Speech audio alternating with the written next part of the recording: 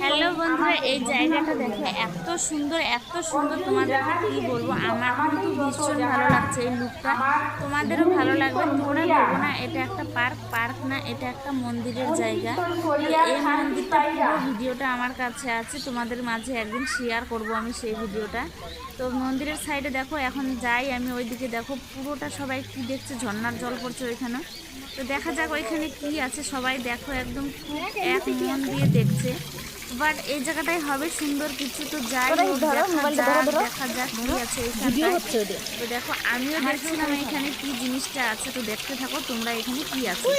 দেখো ওয়াও, কত সুন্দর জিনিস, দেখো কচ্ছপগুলো কিভাবে সাঁতরিয়ে বেড়াচ্ছে, দেখতে কিন্তু ভীষণ ভালো লাগছে। বেশ ঝিরিঝিরি ঝর্ণার জল পড়ছে, আর সঙ্গে এই কচ্ছপগুলো দেখো ওই হালকা জলে, আর তোমাদেরকে একটু হাই করে দিলাম আমি। আর দেখো কত সুন্দর সাঁতরিয়ে বেড়াচ্ছে। তো লুকটা তোমাদের কেমন লাগছে দেখো, আমার কিন্তু ভীষণ ভালো লাগছে।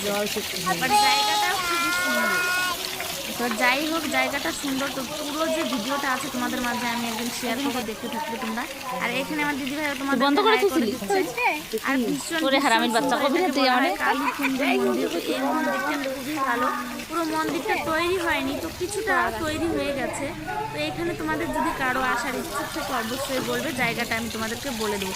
তো ভিডিওটা তোমাদের কেমন লাগলো অবশ্যই আমাকে বলবে, আর যদি কেউ যাওয়ার ইচ্ছুক থাকো বলবে। টাটা।